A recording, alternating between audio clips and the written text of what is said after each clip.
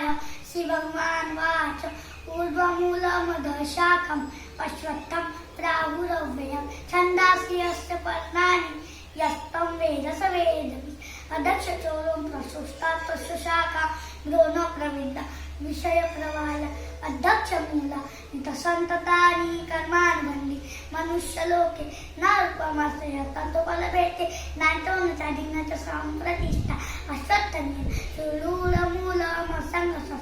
हृदेन चित्वा तत्त्वपदन्तमार्गवितव्य यस्मिन् मार्गता न निर्वर्तनीय भूय तमेव चागं पुरुषो प्रवेद्य यत् प्रवृत्ति प्रसुता पुराणि निर्माणमोहादिशङ्कदोषाध्यात्मनि विरमृत्तकामा गद्वेर्विमुक्ता सुखदुःखसज्ञैर्गच्छन्तमूला पदयं तत् न तभासयते सूर्यो न शान्तो न पावकः यद्गत्वा निवर्तन्ते तद्धाम परमम्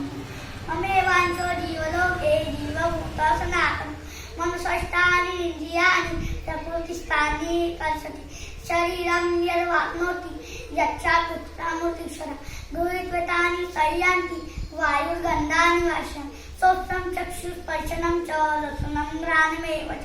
अधिष्ठाय मनश्चाय विषयानुपसेवते उत्क्रामन्तं स्थितं वापि भुज वापगुणान्वितं विमूढानां पश्यन्ति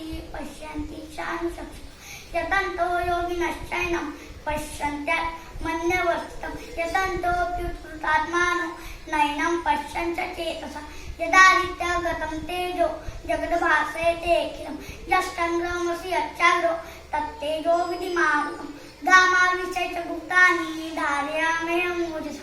उष्णामि चौतिसर्वा सोमो परसात्मवा अहं वैशानरो भूत्वा प्राणिना देहमाश्रितः प्राणापानसमायुक्तः पञ्चामस्त्रचतुर्धः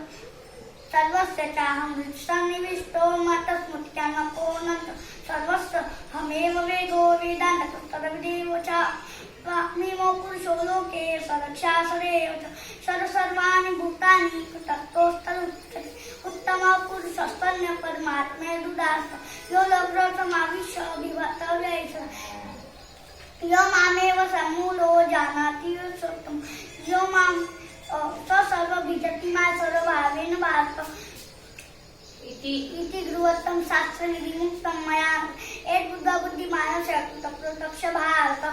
इति श्रीमद्भगवद्गीतासूपने शस्त्रु ब्रह्मविद्याया योगशास्त्रे श्रीकृष्णार्जुनसंवादे नाम 15 अध्याय. इकडे पण कापू का दाबू का